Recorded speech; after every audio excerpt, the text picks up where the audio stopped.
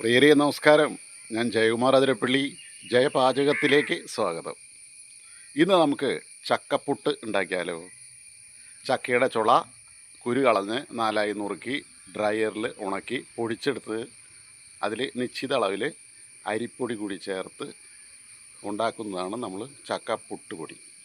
ഈ ചക്കപ്പുട്ട് പൊടി കൊണ്ട് നമ്മൾ ഇന്ന് ചക്കപ്പുട്ട് ഉണ്ടാക്കാൻ പോകുകയാണ്. നമുക്ക് നോക്കാം. ഓക്കേ. അപ്പോൾ നമ്മൾ അതിന് വേണ്ടിയിട്ട് പുട്ടുപൊടി ഒരു തവി എടുത്തു കേട്ടോ. നല്ല പുട്ടുപൊടി ഒരു തവി എടുത്തു.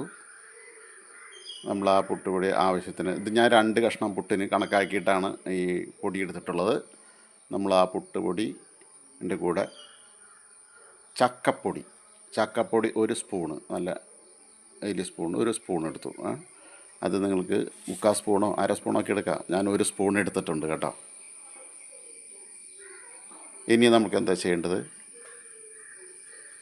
ഈ ചക്കപ്പൊടിയിലേക്ക് 2 നുള്ളു ഉപ്പ് ഇടുക. ആവശ്യത്തിന് ഉപ്പിട്ടു. 2 കണപ്പുട്ടിന് 2 നുള്ളു ഉപ്പ്, അല്ലെങ്കിൽ ഒരു 2.5-3 നുള്ളായാലും കുഴപ്പമില്ല. അതെടുത്ത് വെള്ളം ചേർത്ത്, ഒരു തവി വെള്ളം ചേർത്ത് നമ്മൾ വിശാലമായിട്ട് കുഴച്ച് നമ്മളവിടെ വയ്ക്കുന്നു. അത് ഒരു അരമണിക്കൂറൊക്കെ വെക്കാം കേട്ടോ. അരമണിക്കൂറൊക്കെ വെച്ച് നന്നായിട്ട് അത് ഉതിർന്ന് വരും, നല്ലതായിട്ട് ഉതിർച്ച കിട്ടും. അപ്പോൾ 10 മിനിറ്റ് വെച്ചാലും മതി. അപ്പോൾ നമുക്ക് നല്ല ഉതിർച്ച കിട്ടും. അപ്പോൾ ഉതിർച്ച കിട്ടിയ നമ്മൾ അതെടുത്ത് നന്നായിട്ട് ഒന്നുകൂടി പൊടിച്ചെടുക്കുക. നന്നായിട്ട് പൊടിച്ച് വേർതിരിച്ച് കട്ടയൊക്കെ തിരിച്ച് നന്നായിട്ട് പൊടിച്ച് വൃത്തിയായിട്ട് നല്ല ഉതിർച്ചയോടുകൂടി വന്നിട്ടുണ്ട്. നമ്മളത് നന്നായിട്ട് എടുക്കുന്നു. ഇനി നമ്മൾ തേങ്ങ ചിരണ്ടിയത് അടിയിൽ പുട്ടും കുറ്റി എടുത്തു, അതിൽ തേങ്ങ ചിരകിയത് അതിലിട്ടു. തേങ്ങ ചിരകിയതിൽ നിറച്ച് ഇനി നമുക്ക് നമ്മുടെ പുട്ടുപൊടി, ചക്കപ്പുട്ടിനായിട്ട് നമ്മൾ തയ്യാറാക്കി വെച്ചിട്ടുള്ള പുട്ടുപൊടി നമ്മൾ അതിലേക്ക് നിറയ്ക്കുന്നു.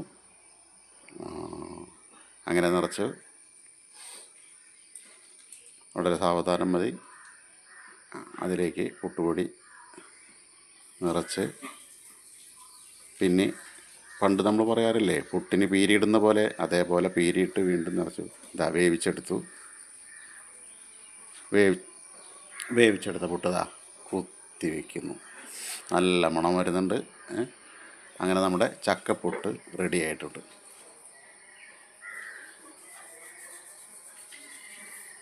കണ്ടോ, നല്ല ആവി പറക്കുന്ന ചക്കപ്പുട്ട്, ആരോഗ്യപ്പുട്ട്, സുരക്ഷിത ആരോഗ്യ ഭക്ഷണത്തിൻ്റെ ഭാഗമായിട്ടാണ് നമ്മൾ.